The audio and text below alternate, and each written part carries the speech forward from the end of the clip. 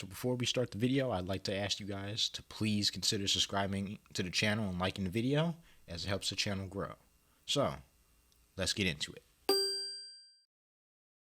Alright, so week 4 of the NFL season is coming to a close, and for the Chicago Bears, they take an embarrassing and ugly loss to the New York Giants on Sunday. In this video, I'm just going to give y'all a quick recap of what I saw during this game, give grades for offense, defense, special teams, and all that good stuff, and yeah, let's get into it.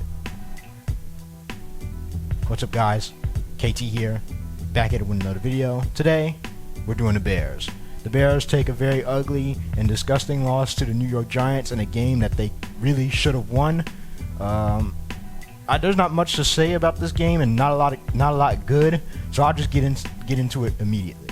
First of all, the big elephant in the room: how did Justin Fields play on Sunday?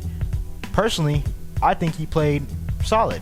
He was 11 of 22 for 174 yards. He averaged 15 yards per throw. He didn't have any touchdowns. He didn't have any interceptions. He got sacked 6 times, and he had a 76.7 quarterback rating. If you just go by the stats, you would think Fields played horrible, but actually Fields was the best player on offense today. Offense wasn't very good. Offense on Sunday was not very good. They couldn't move the ball. They couldn't score points in the red zone. That cost the Bears a lot. And conservative play calling really took Fields out of his rhythm. And it feels like they didn't give him, a lot of opportunities to turn the game in their favor. Too much conservative play calling. The runs on second and short are killing me. The runs on third and short are killing me. And the wide receiver screens, all just basic, Chicago Bears bad play calling was apparent in this game. So they didn't really give Justin Fields too many opportunities to switch the game into their favor. However, in my opinion, I think he looked more comfortable from last week. I think he looked like he was, he wasn't second guessing his throws. He was ripping the ball in the tight windows. He was using his legs. Still some iffies here and there, standing in the pocket too long. He might have missed the receiver here or there, but overall, I think he played a pretty good game. He looked confident, and he looked much better from last week.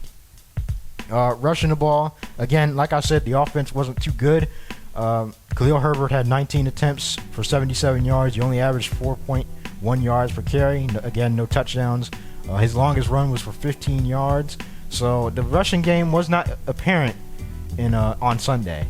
And mainly because the Giants stacked the line. They didn't want to let Cleo Herbert kill them. David Montgomery was absent during this game. He was hurt. I think he had a knee injury. But I can't really blame Cleo Herbert too much. The Giants were just stacking the line of scrimmage, and yeah, they just couldn't get anything rolling on the ground. And it finally felt like the Bears had their passing attack going, that just couldn't get anything rolling on the ground.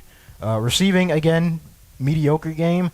Darnell Mooney had 5 targets on Sunday, 4 receptions, 94 yards. His longest catch was for 23 yards. And yeah, overall, receiving was okay. Cole Kmet got involved. He had 3 targets for 3 receptions for 16 yards.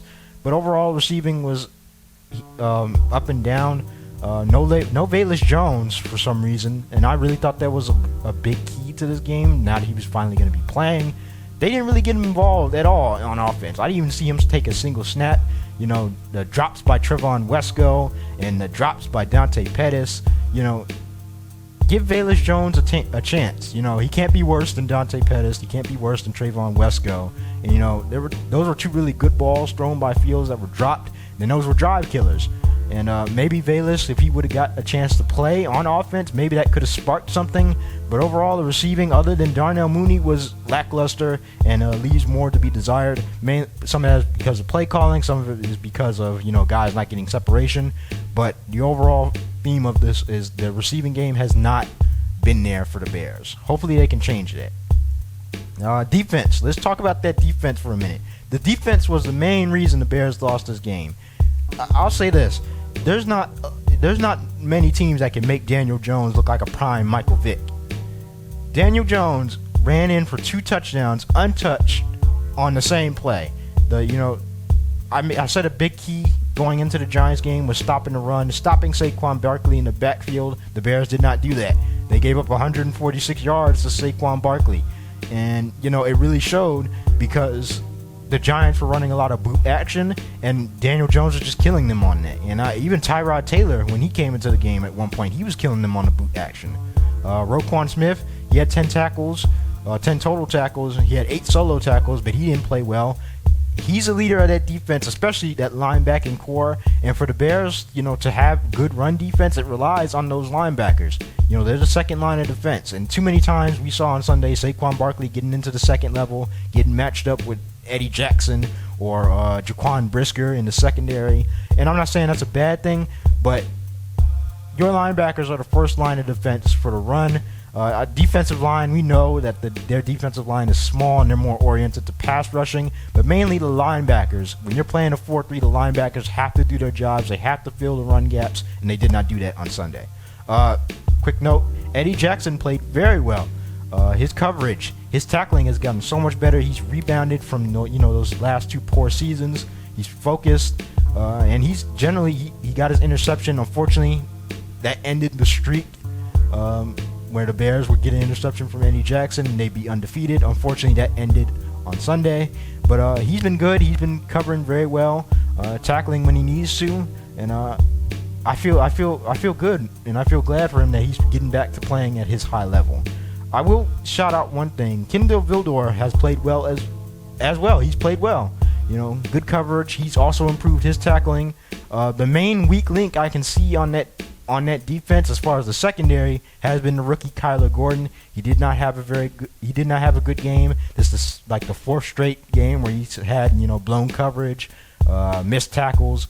Hopefully he can rebound, but the Bears put a lot of stock into him. Of course, being drafted before George Pickens and Jaquan Brisker. They drafted him before Jaquan Brisker.